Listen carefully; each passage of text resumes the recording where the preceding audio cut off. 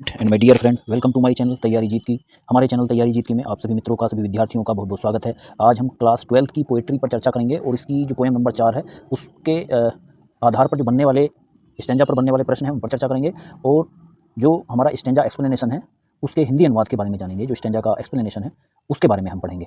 Poem हमारी जो चौथी पोएम है वो है ए रोड साइड स्टैंड। इस रोड साइड स्टैंड के बारे में हम पढ़ेंगे। सबसे पहले मैं एक बार इसका जो है आपको समरी बता देता हूँ, उसके बाद हम पढ़ना शुरू करते हैं। रोड साइड स्टैंड से आशा है कि सड़क के किनारे एक लगाया गया स्टॉल। रोड साइड सड़क के किनारे एक लगाया गया स्टॉल या छोटी सी दुकान। तो कभी एक छोटी सी दुकान जो किसी एक बहुत ही किसी गरीब और मध्यम वर्गीय परिवार के द्वारा सड़क के किनारे एक छोटी सी दुकान लगाई गई है, उस पर चर्चा करता है इस कविता में और बताता है कि वो जो बेचारे छोटे और गरीब परिवार के लोग हैं उन्होंने एक छोटी सी दुकान सड़क के किनारे लगा रखी है और शहर के लोग जो वहाँ से गुजरने वाले लोग हैं उनसे कुछ उम्मीद लगाए बैठे हैं कि वो उनकी दुकान से कुछ खरीद लें। उनके पास बेचने के लिए कुछ सामान है जिनमें से कुछ जंगली बेर और कुछ लौकी और कुछ अन्य कुछ सामान है जिसको बेचने की उम्मीद में वो लोग वहाँ पर बैठे हुए हैं। लेकिन जो शहर के जो लोग हैं, बड़े लोग जो बड़ी बड़ी गाड़ियों से, चमकीली गाड़ियों से वहाँ से गुजरते हैं, वो वहाँ से गुजरते चले जाते हैं, लेकिन बेचारे जो गरीब लोग हैं जिन्होंने अपनी दुकान लगा रखी है उनसे कोई सामान नहीं खरीदते हैं। तो इस तरह से ये इसका समरी है। अब हम स्टैंजा वाइज इसका जो है एक्सप्लेनेशन देखना शुरू करते हैं और स्टैंजा वाइज ही हम इसको पढ़ना शुरू करते हैं। तो स्टार्ट करते हैं। Stanza number 1। स्टैंजा नंबर 1 क्या है? The little old house was out with a little new shed in front of at the edge of the road where the traffic sped, a roadside stand that too pathetically prayed. It would not be fair to say for a dole of bread, but for some money, but for some of the money the cash whose flow supports the flowers of cities from sinking and withering faint. इस तरह से ये हमने अभी पढ़ा है। इसके बाद हम इसके हार्ड वर्ड के बारे में पढ़ेंगे, उसके बाद हम इसका हिंदी अनुवाद पढ़ना शुरू करते हैं। ये वाज आउट मीन्स बढ़ाया गया, स्पीड मीन्स तेज गति से जाती थी, पैथेटिकली मीन्स करुणा के साथ, प्लेड मीन्स विनती करता था, फेयर मीन्स उचित, ए डोल ऑफ ब्रेड मीन्स भिक्षा, और द फ्लोवर ऑफ सिटीज़ नगर के संभ्रांत या बड़े लोग, विदरिंग मीन्स मुरझाया हुआ, और फेंट मीन्स मूर्छित होना। तो इस तरह से हार्ड वर्ड हमने जो इस हमारे स्टैंजा में आए हुए हैं उनके मीनिंग के बारे में हमने जान लिया। अब हम इसका हिंदी अनुवाद देखते हैं और इसके बाद जो है मैंने इसका हिंदी अनुवाद नीचे भी लिख दिया है। उसके बाद अगर समझ में नहीं आता है तो बार बार हम यहाँ से भी इसको रिवाइज कर सकते हैं। तो देखते हैं। The little old house was out with a little new shed. एक छोटा सा जो छोटे से जो घर के जो लोग हैं, गरीब लोग हैं, उन्होंने अपना छोटा सा घर बना रखा है सड़क के किनारे और वहीं पर एक अपना स्टॉल खोल रखा है, यानी एक छोटी सी दुकान खोल रखी है। In front of at the edge of road, कहाँ खोल रखी है? सड़क के किनारे खोल रखी है, घर के सामने और सड़क के किनारे खोल रखी है। वेयर द ट्रैफिक स्पीड, जहाँ पर जो यातायात है वो तेज गति से गुजरता है, ट्रैफिक स्पीड तेज गति से यातायात वहाँ गुजरता है। ए रोड साइड स्टैंड, जो सड़क के किनारे एक रोड साइड स्टैंड बना हुआ है। टू पैथेटिकली प्लीड, वो लोग क्या करते हैं? करुणा के साथ, उन्हें उम्मीद है कि वो करुणा के साथ उनसे विनती करते हैं। किन लोगों से? जो लोग वहाँ से गुजरते हैं, जो बड़े और संभ्रांत लोग और बड़ी बड़ी गाड़ियों से लोग यातायात वहाँ से गुजरता है, उन लोगों से वो उम्मीद करते हैं, विनती के साथ उम्मीद करते हैं, करुण भाव के साथ उम्मीद करते हैं। पैथेटिकली मीन्स करुण भाव के साथ।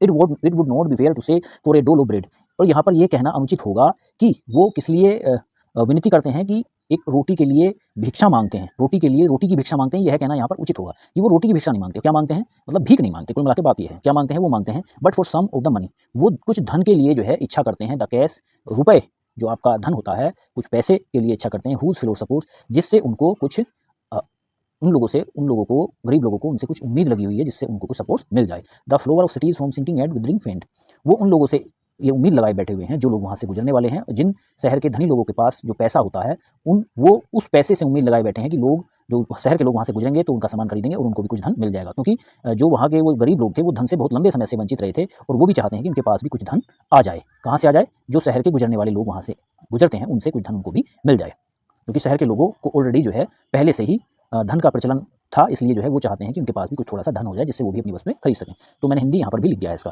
छोटे पुराने घर के रहने वालों ने सड़क के किनारे एक आसपास शेड बनाया है, स्टॉल बनाया है, जहाँ से ट्रैफिक गुजरता है। हालांकि यह बताना अनुचित होगा कि झोपड़ी मालिक रोटी का दान चाहते थे, लेकिन फिर भी उन्हें लगता है कि राहगीरों को रोकना चाहिए और झोपड़ी से कुछ खरीदना चाहिए। ये मुद्रा की भावना से लंबे समय से वंचित रहे, जिसका प्रचलन शहर के लोगों में पहले से ही ऑलरेडी खूब चलता रहा। अब वो भी चाहते हैं कि उनके पास भी थोड़ा सा धन या थोड़ी सी मुद्रा आ जाए जिससे वे अपनी वस्तुएं खरीद सकें।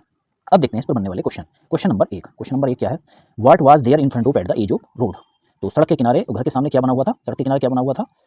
द लिटिल ओल्ड हाउस, एक छोटा सा घर था। There in front of at the edge of road, सड़क के किनारे छोटा सा घर था और उस घर में के सामने एक स्टॉल बना हुआ था। क्वेश्चन नंबर 2 देखो, what would not be fair to say, ये यहाँ पर क्या कहना अनुचित होगा? क्या कहना अनुचित होगा? अभी पीछे हमारा स्टैंजा में आया था, it would not be fair to say that they are begging for a dole of bread. यहाँ पर ये कहना अनुचित होगा कि वो रोटी के लिए भिक्षा मांगते थे। ये हमारा इस लाइन में यहाँ पर आया था। देखो ये यहाँ पर आया है कि it would not be fair to say for a dole of bread. यहाँ पर ये कहना अनुचित होगा कि वो लोग क्या करते थे? रोटी की भिक्षा मांगते थे। रोटी की भिक्षा नहीं मांगते थे, वो उन लोगों ने अपना स्टॉल लगा रखा था, वो उम्मीद करते थे कि लोग हमारी दुकान से सामान खरीदें और हम लोगों को भी कुछ धन की प्राप्ति हो जाए, मेहनत करना चाहते थे वो लोग। क्वेश्चन नंबर 3 देखते हैं। क्वेश्चन नंबर 3 है, what was a play of road side stand. Road side stand जो एक छोटा स्टॉल उन्होंने लगा रखा था, उन लोगों के मन में जो है किस प्रकार की मतलब वो किस प्रकार की याचना चाहते थे, किस प्रकार वो प्रार्थना करना चाहते थे, किस चीज़ की प्रार्थना करते थे। The play of road side stand, उन लोगों के मन में, जो जिन लोगों ने स्टॉल लगा रखा था, उनके मन में एक प्रार्थना थी, वाज सम ऑफ मनी, कि उनको कुछ धन मिल जाए। The cash means to buy their somethings, कि जिससे वो अपनी कुछ रुपए मिल जाए, जिससे वो अपनी कुछ वस्तुओं को खरीद सकें। क्वेश्चन स्टैंजा नंबर 2 देखते हैं।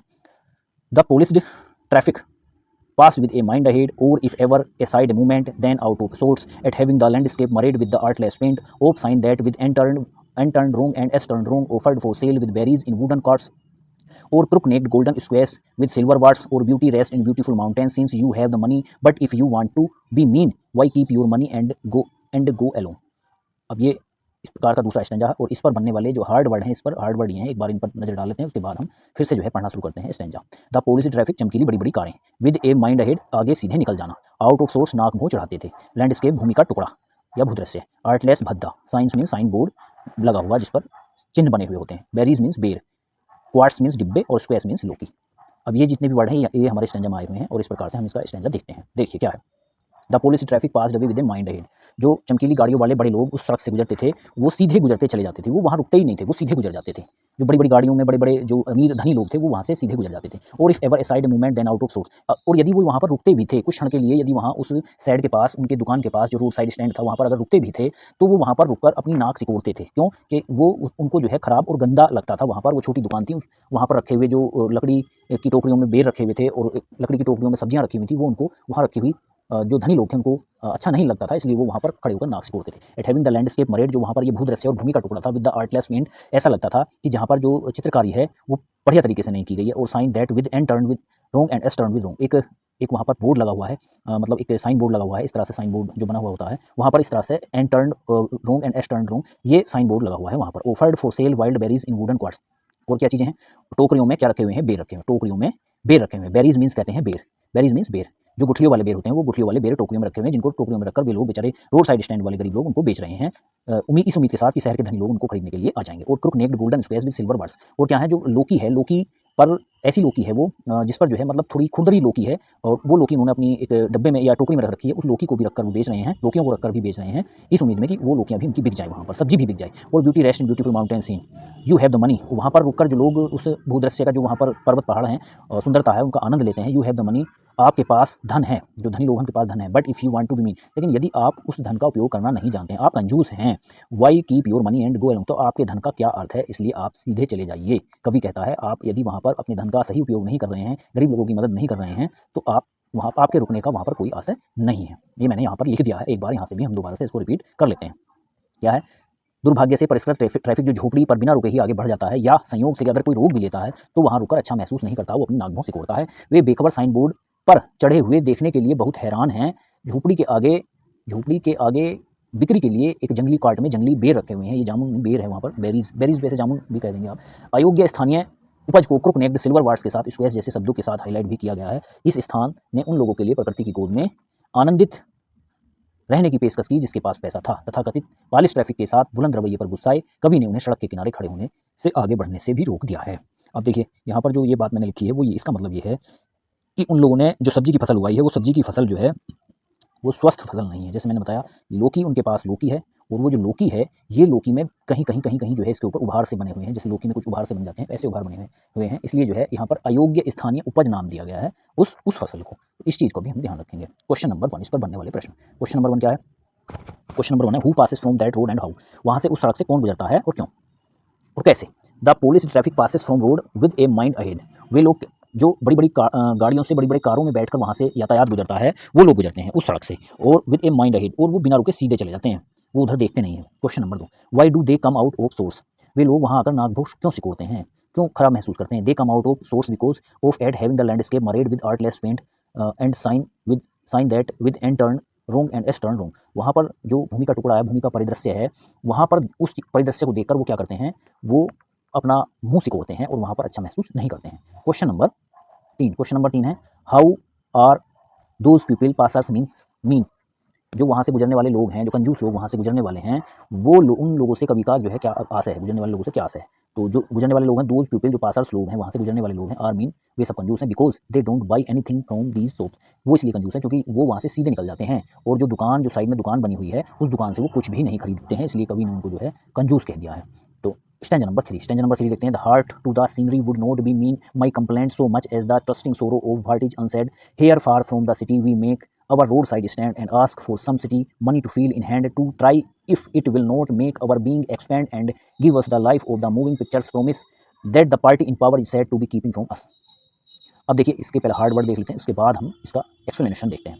मीन्स कंजूस, क्राउसली मीन्स दुर्भाग्य से, गो अलोंग मीन्स आगे बढ़ते जाना, हार्ट मीन्स हानि, एक्सपेंड मीन्स विकास, और मूविंग पिक्चर्स मीन्स सिनेमा, जो हम फिल्में देखते हैं उनकी बात चल रही है। अब देखिए, the heart to the scenery would not be my complaint.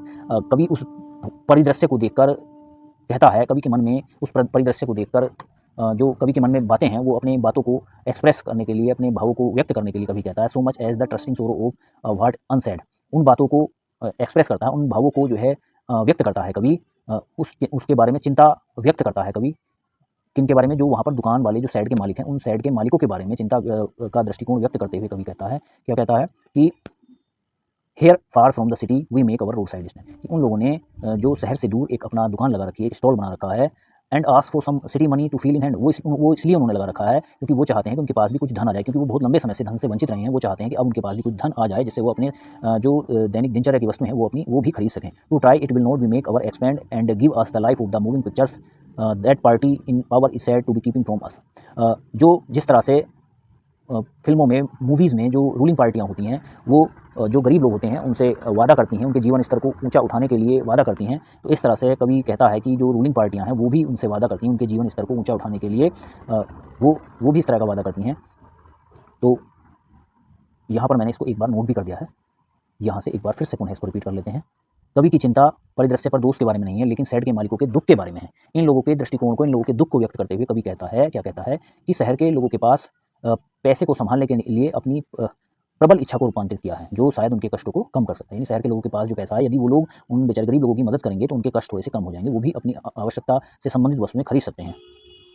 कभी कभी जैसे फिल्मों में वादा किया जाता है कि सत्ता में राजनीतिक दल वास्तव में उन्हें समृद्ध जीवन से वंचित कर सकते हैं। वो उनसे वादा करते हैं, समृद्ध जीवन देने का वादा करते हैं, और सत्ता रूढ़ जो पार्टियाँ होती हैं उनके दुख को कम कर सकती हैं, उनके जो चिंताएँ हैं उनको कम कर सकती हैं। तो इस तरह से जो है ये इसका हिंदी अनुवाद था। अब हम इसके क्वेश्चंस के बारे में देखते हैं। क्वेश्चन नंबर 1 देखते हैं। क्वेश्चन नंबर 1 क्या है? What would not be any complaint.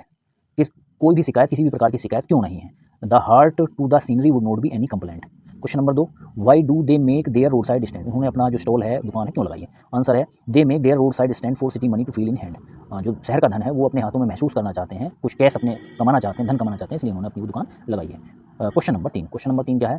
Who does the promise to them and what. कौन उनसे वचन प्रोमिस करता है, वचन देता है उनको, और क्या वचन देता है? तो अभी आया था हमारा स्टैंजा में कि रूलिंग जो पार्टियाँ होती हैं, जो सत्तारूढ़ पार्टियाँ होती हैं, वो उनसे वादा करती हैं और उनको जो है उनके जीवन स्तर को ऊंचा उठाने का वादा करती हैं। द पार्टी इन पावर, जो सत्तारूढ़ पार्टियाँ होती हैं, डज द प्रोमिस, वो उनसे वादा करती हैं, वचन देती हैं, उनको प्रोमिस करती हैं to them, to give them the life like movie pictures. जैसे फिल्मों में दिखाया जाता है, उनके जीवन को सुदृढ़ बनाने के लिए, समृद्ध बनाने के लिए ऐसे ही वचन और ऐसा ही प्रोमिस जो सत्तारूढ़ पार्टियाँ हैं वो करती हैं, करना चाहिए ऐसी सत्तारूढ़ पार्टियों को। तो इस तरह से जो है ये कंप्लीट होता है। और चैनल को देखते रहिए, सब्सक्राइब करिए प्लीज़, और